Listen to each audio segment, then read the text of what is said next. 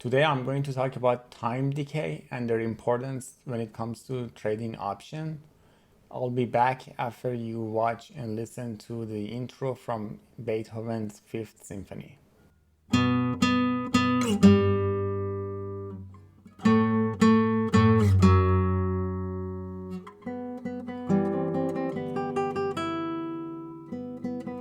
Hi, welcome back to our option tutorials. Today I'm going to talk about time decay after I talked about what options are and what option Greeks are in the first two parts of this tutorial. If you haven't watched those videos, please go ahead and watch them and let me know if you have any comments. Also, if you want to know about options in more details, please subscribe and like and provide feedback. As usual, I have to mention that I'm not a financial advisor and I won't be liable for your potential loss in future. So do your own research. Let's get started. There are three things that are certain in your life. One is death, the other one is tax, and the third one is options time decay. Or in other words, theta that we covered in the previous tutorial. Before we get into what options are, we need to understand two important things when it comes to options value. And these two are intrinsic and extrinsic values. Intrinsic value represent what the option is worth if there is no time left, and the extrinsic value represents how much an option will lose in its value until the option is expired. And note that the out of the money options don't have the intrinsic value, only in the money options have those values. And both in the money and out of money options have extrinsic value. Even way out of the money options might have a tiny bit of extrinsic value. So we can go through that when we are looking at the trading platform in more details. As an example, we have XYZ, which is trading at 100. And let's say we have 95 call options that expire in a month and it's trading at $7.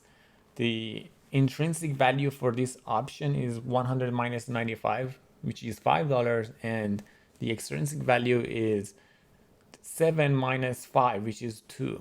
So all in all, if this option, nothing else changes and the underlying stock stays at the same price, at the end of the day, you're going to lose $2 in options if you bought this option. And if you sold this option, obviously you're going to make $2.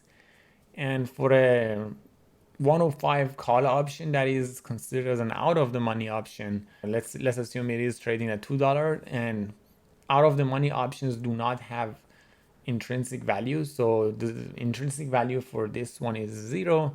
And since this is an out of the money option, the total cost of that option is considered as an extrinsic value.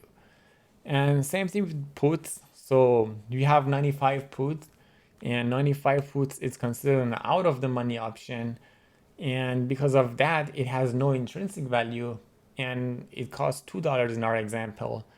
That means our $95 put has an extrinsic value of $2.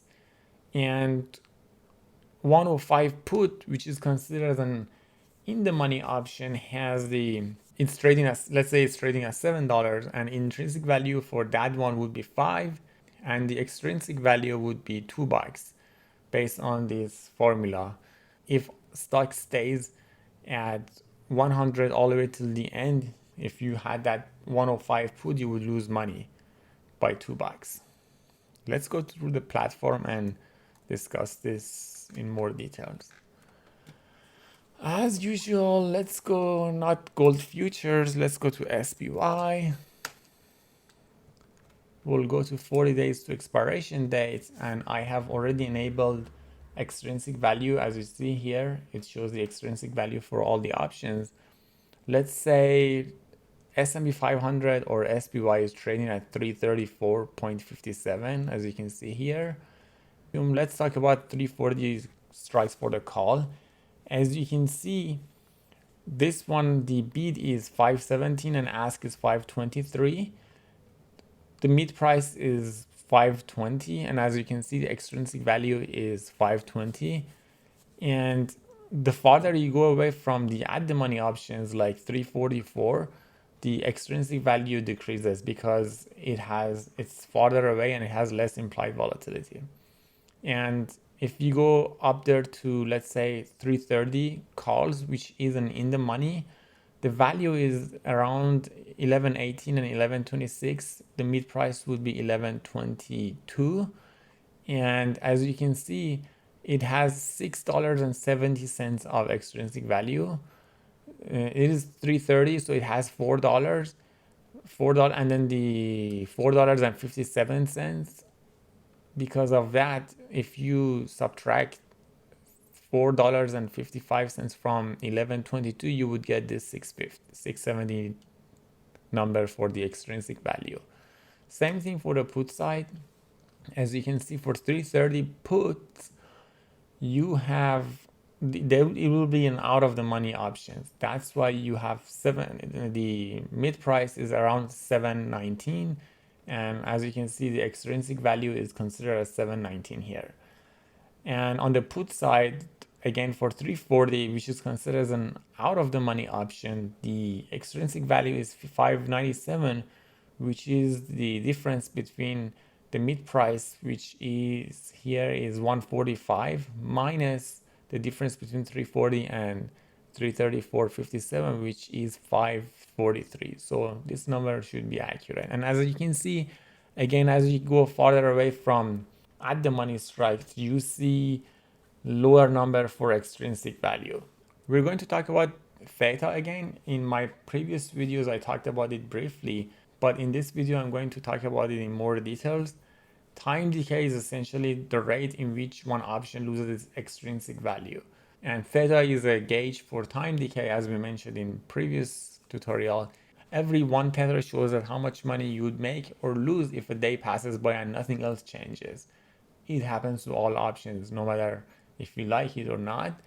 And also, this one is really important.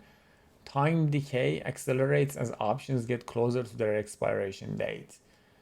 I will show you here as an example again. Let's go back to SPY. I'll actually make it to 10. Let's consider, I'll go to the 12 days left to the expiration date. And as you can see, let's talk about 337 has extrinsic value of 675 for 40 days, and for 12 days it has 287. So the difference is around 360. So if you go to 68 days left to the expiration date, the difference is the extrinsic value is 965, and the difference is slightly lower. The difference between 68 days and 40 days is significantly less than the difference between 40 and 12 days. I tried to make this lame chart. I didn't really know what tools to use, so I just used paint and I drew that.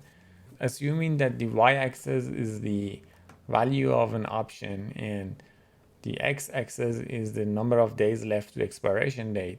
As you can see, the farther away you are from the expiration date, the option has higher value, and as you get closer to the expiration date, it comes down in this fashion in theory. As you can see, 45 days is kind of like a sweet spot when options depreciation value accelerates, and when it comes to 20 days, it gets really fast. If you want to sell options, a lot of people would think that if you start selling options from 20 days to the end, they would make more money because options would depreciate a lot faster than older days. But the next slide shows why that's not the case. Again, this is a very lame chart that I had to use paint to draw it, but I think it can show what the value is. I have to mention this is only the extrinsic. We were talking about the extrinsic value. We are not talking about the actual option value that changes based on the price. We are simply talking about the extrinsic value. As you can see, when we are far away from expiration date, the option value changes very slowly, and as you get closer to expiration date, the rate of changes get really bigger, especially from 20 days to the expiration date. You may have huge fluctuations in extrinsic value because of the high gamma in the options. We talked about gammas previously in the option. Gammas represent how fast an option can change. Because of this, I personally try to sell options from 45 days to 20 days, even though from 20 to 0 is where a lot of money can be made. But I personally prefer less fluctuation and lower volatility in my portfolio. I believe the folks at Tasty Trades have done a lot of research on when to sell options. If you're interested, you can go and check them out. What's next? In my next video, I'll talk about implied volatility and I'll show you what it is and how you can actually trade it. If you have not already done that, please go ahead and smash on the subscribe and like button. Leave me a comment if I made any mistake. Please let me know, and peace.